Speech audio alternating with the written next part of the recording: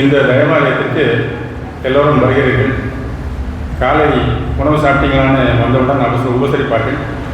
அதேபோல் மதிய உணவு இங்கே தயாராகிறதுக்கு எல்லாத்துக்குமே காரணமாக இருந்த மசக்காளிப்பாளையம் திரு ஐயா பிரபாகரன் ஐயா அவர்கள் வருகை புரிந்திருக்கிறார்கள்.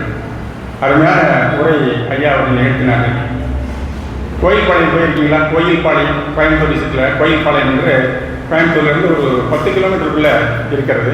அருமையாக ஐயா நிறுவனத்தையே அங்கே வந்து வச்சுட்டாங்க. டோட்டலாக சரவணாமட்டியில் இருந்த அந்த நிறுவனம் ஸ்ரீராம் கார்த்திக் பாலிமர்ஸ் என்ற நிறுவனத்தை கோயில்பாளையத்திற்கு கொண்டு அமைத்து விட்டார்கள். நல்ல ஒரு ஏரியாவை விலைக்கு வாங்கி அது கிட்டத்தட்ட ஒரு 8-9 ஆண்டுகளாக அங்கே செயல்பட்டு கொண்டிருக்கின்றது. அவர்களது ஊழியர்களை வைத்து வருடந்தோறும் ஒரு விழா எடுக்கிறார்கள்.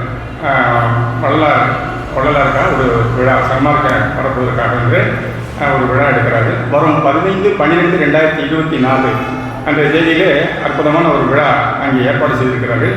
இது வரைக்கும் கோயம்புத்தூர் போகலைன்னு சொன்னால் கோயம்புத்தூர் போய் கோயில்பாளையத்தில் ஐயா அமைத்திருக்கும் அந்த நிறுவனத்திற்கு நீங்கள் செல்லலாம். இரவே நீங்கள் சென்று விட்டாலும் தங்குவதற்கு அந்த ஏற்பாடெல்லாம் ஹால்லாம் வச்சுருக்கிறாங்க, ப்ரேயர் ஹால்லாம் வச்சுருக்கிறாங்க. அங்கே ரெகுலராக சத்விசாரம் எல்லாம் ரெகுலராகவே செய்யக்கூடிய அன்பர்களும் இங்கே இருக்கின்றார்கள். அந்த விழாவில் கலந்து கொள்ளும் அன்பர்கள் அவர் ஐயா எனக்கு இன்விடேஷன் கொடுத்துருக்குறாங்க. அதன் பேரில் 14/12/2024 அன்று நீங்கள் சென்று விடலாம். இரவு அங்கே தங்குவதற்கு அங்கே நடைபெறும் நிகழ்ச்சியில் கலந்து கொள்வதற்கும் 15ஆம் தேதி முழு நிகழ்ச்சிகள்லாம் காலையிலேருந்தே ஆரம்பிச்சிருது. மதியம் 1 மணி வரைக்கும் அந்த நிகழ்ச்சிகள்லாம் வேறு யாரும் வெளியாட்கள்லாம் இன்னும் கிடையாது. பூரா அந்த நிறுவனத்திலே ஒரு 60 பேர் 70 பேர் பணிபுரிகிறார்கள் என்றால் அவர்களை வைத்தே சன்மார்க்கம் பரப்புவதை ஆரம்பத்திலிருந்தே ஐயா அவர்கள் செயல்பட்டு வருகின்றார்கள்.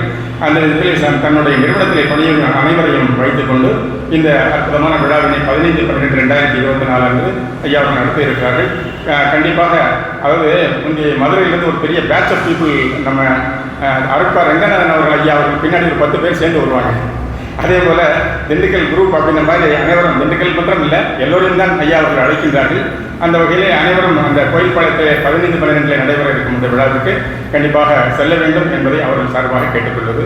அடுத்தாற்போன்று விடியகால சாப்பாடு மத்தியான சாப்பாடு எல்லாம் தன் பொறுப்பிலேயே இருக்கட்டும் என்று திரு மசக்காளிப்பாளையம் ஐயா திரு பிரபாகரன் ஐயா அவர்கள் தன் பொறுப்பை ஏற்றுக்கொண்டார்கள். எப்போ விழா நடந்தாலும் தானே வேற ஆள் விடுறதை காட்டில் நம்மளே சமைப்போமே அப்படின்னு சமையல் கலை வல்லுநராகிவிட்டார்.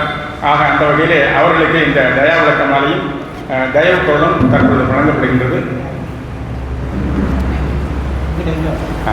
ஐயா நல்லா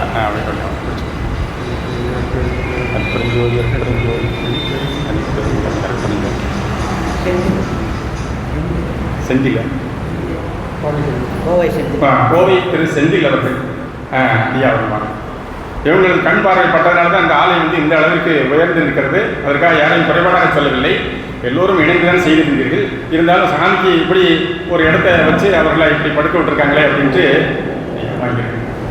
திரு செந்தில் அவர்கள் கோயம்புத்தூரில் வந்திருக்கிறார்கள். அவர்கள் மசக்காளிப்பாளையம் ஐயா அவர்களுடன் சேர்ந்து இணைந்து பணிபுரிகிறார்கள்.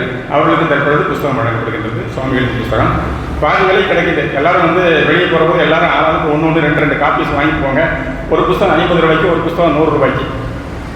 அதில் மொத்தம் சேர்த்து இப்போ இன்றைக்கு விற்பனை விலை 150 ரூபாய், இரண்டும் சேர்ந்து.